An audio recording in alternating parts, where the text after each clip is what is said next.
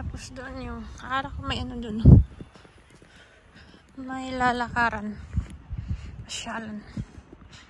Wala lang, parang puno-puno lang.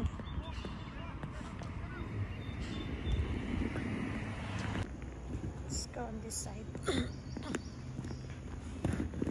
Gusto ko talaga maglakad-lakad sa mga nature. Doon merong mga Indiano. Pero ibang, hindi yata park. Kakatakot doon. Ito muna tayo. Sa History Creek Checkpoint. Oh, may mga isda yata dito. Saan yung isda? Wala namang isda. Naubo ako. Ano ba yan?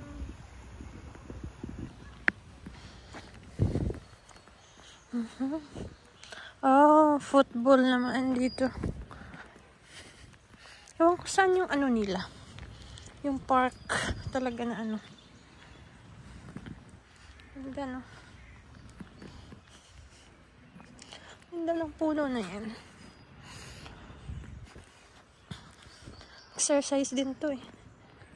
Nakakapagod lang umupo. Saan kaya yung park na talaga na nakakapaglakad ka ng maayos? Dito, puro kahoy. Baka doon. Kaso nakakatakot naman dyan. May daanan din siyang maliit dyan. Pero parang nakakatakot. Nakakatakot siya. Kasi puro kahoy.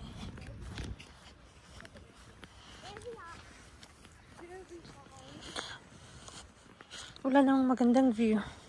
Gusto ko yung may mga ilog, may isda, yung ganun sa, tapos may may bear, tapos may, tawag dito, may tiger. Char. Tiger. What's that? Oh, may swan. Ay, ano ba itong tawag dito? May nakita akong ano ba yan? Pabo. Ay. Ayun, oh. Ayun. Hi. Ano ba yan? Hindi naman sila parang natutulog. They are sleeping. Ay, sleeping? Tapos bigla kang hahabulin.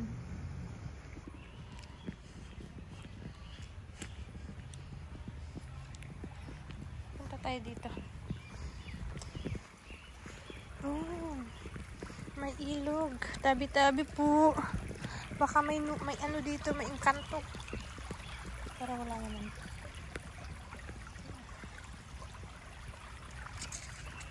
Nandito ka ng anong oras na ba? Alas 6:30 yata ng hapon.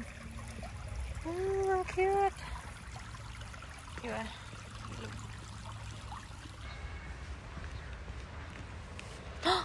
Tingnan nyo dito. Pasok tayo dito. Tingnan natin kung ano meron. Pero parang nakakatakot dito. Punta tayo dyan. Tingnan natin ano meron. Yun lang.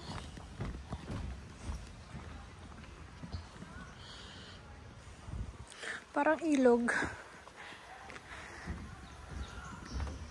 Oh, bahay naman na dito. Akala ko may park. Wala naman palang. Yun lang.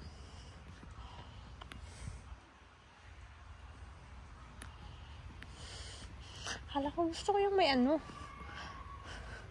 to, berries to. Ayan na ba yan? Magiging to, raspberry.